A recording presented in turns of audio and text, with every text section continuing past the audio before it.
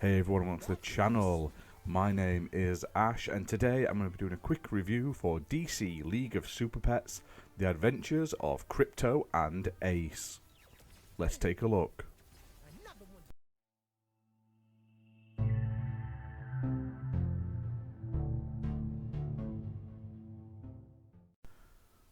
This game is based on the animated film of 2022, DC League of Super Pets, that starred Dwayne "The Rock" Johnson and Kevin Hart in major voice roles. While the game doesn't follow the movie's plot, it does feature its own plot that ties into the characters and areas seen in the film. In this game, you play as both Superman and Batman's favourite caped canines, Krypto and Ace, and they uncover Lex Luthor's plot to petnap Metropolis's strays. So basically, they're on a mission to basically defeat Lex Luthor. Now, the game plays as a sort of on-rails style shooter game, similar to things such as sort of Star Fox, but it kind of reminded me of things like Gallagher, but like in a more sort of horizontal plane, whereas Gallagher was more vertical. Now, in the game, you will fly across a variety of different environments, destroying LexBots, Lex Luthor's mechanical sort of henchmen, working your way through a variety of environments, saving a ton of pets, getting them adopted, and saving your friends. Now, the game allows you to choose your hero, so you can play as either Krypto or Ace. Now, each of these play very similar, however, they both have their own special abilities. Obviously, Krypto has his sort of freezy laser eye ability, and Ace has a Batarang powered ability, which can attack every enemy on the screen. Now, you can choose which hero you want for each mission, and you can replay each level with both of the canines. Now, as you're flying through the levels, you are able to collect capsules, which include stray pets.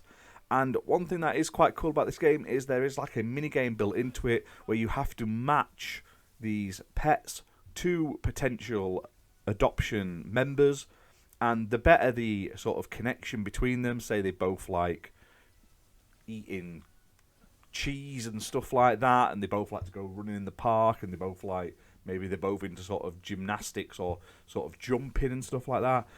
The higher the match you get, the more points you get. Now, this game features a sort of skill level up system, and you will collect these sort of points which can be spent on new skills to improve your skills as you progress through the game. Now, the game also features 3 different companions who you can pick and choose.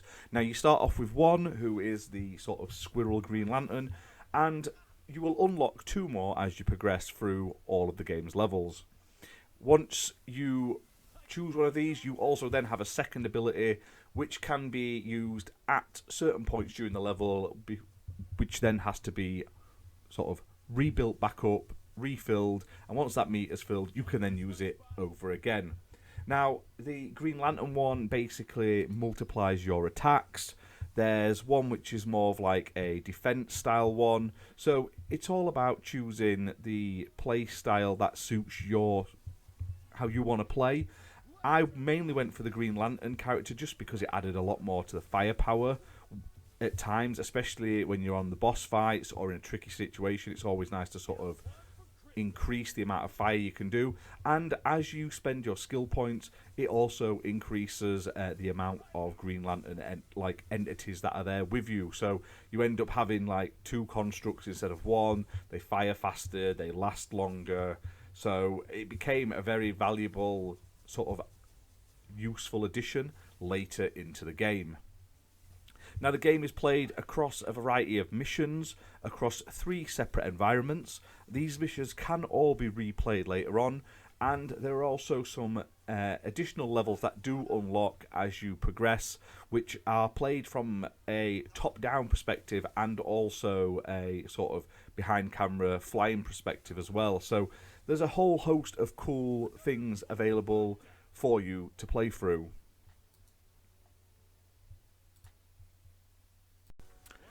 So, what did we think to this game? I actually think this is a really fun little game, especially for an on-rail shooter. It gave me vibes of Star Fox meets Gallagher, and I had a blast with it. Was it short? Yes. You can complete this game within 2 to 3 hours, no problem. It's not super difficult. There are 3 different bosses to work your way through, and they're not going to give you more than 2 or 3 attempts, even at worst case sort of scenario. Some of the levels do get trickier, especially as they progress with more sort of enemy types that need a bit more thinking. Maybe they've got shields, maybe they have different styles of attacks. But especially if you're got a young child playing, there's that many checkpoints throughout each of the missions. You've got nothing to worry about. And if you do die, you don't have to restart from the beginning. You can restart straight away from the checkpoint you were up to last. Now, there's loads of upgrades, like I say, not only for your character's abilities and powers and stuff, but also for your assist characters as well. There's 3 different environments. Each one looks pretty unique. However, they do all play the same. It does get very samey towards the end of the game. This is definitely one of those I would play in sort of short bursts for maybe half an hour at a time.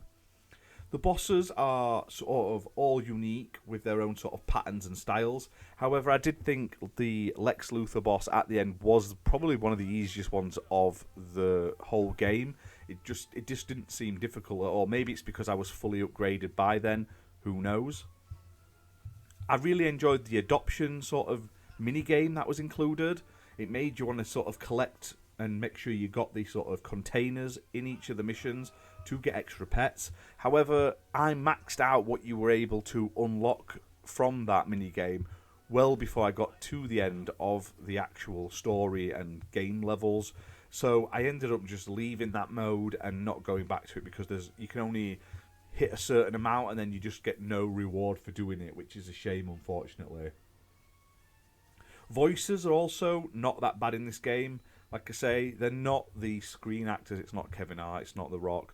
My only complaint was, while the Kevin Hart replacement didn't sound too bad and had a very Kevin Hart-y sort of twang to him, the guy who voices Krypto doesn't sound anything like The Rock. He's not a bad voice actor at all. It does a job for Krypto well, but if you've just watched the film and then you're playing the game, you're like, he sounds way off compared to the movie. But at least there's lots of voice acting in the game. It is all fully voice acted. There is a story with voice acting that's played out over the course of the menus to sort of progress the game. There is text you can read, but at least it's also voice acted as well. It's a very easy 1000 gamer score completion, bar one of the achievements.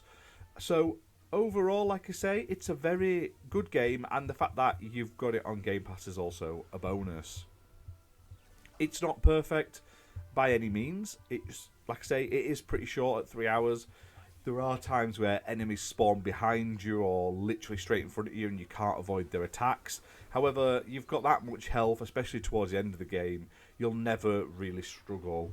And then even if you do, if you just die, you'll restart at a checkpoint with full health, and then you'll just be able to keep going. You do get a score for each level, so if you do really well on a level, you'll get an A grade. But it doesn't really make a difference to the game all that much. You can finish the game without getting A's on every mission.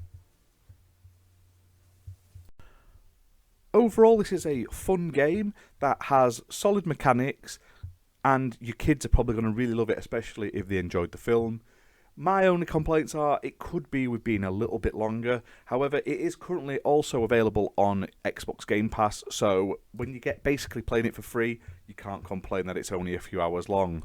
Now, if you do want to buy the game, it's currently priced at $34.99, but you can grab it on sale until the end of the year on Xbox at £13.99, so it's a steal at that. It's playable on Xbox One, Xbox Series X and S, and PC.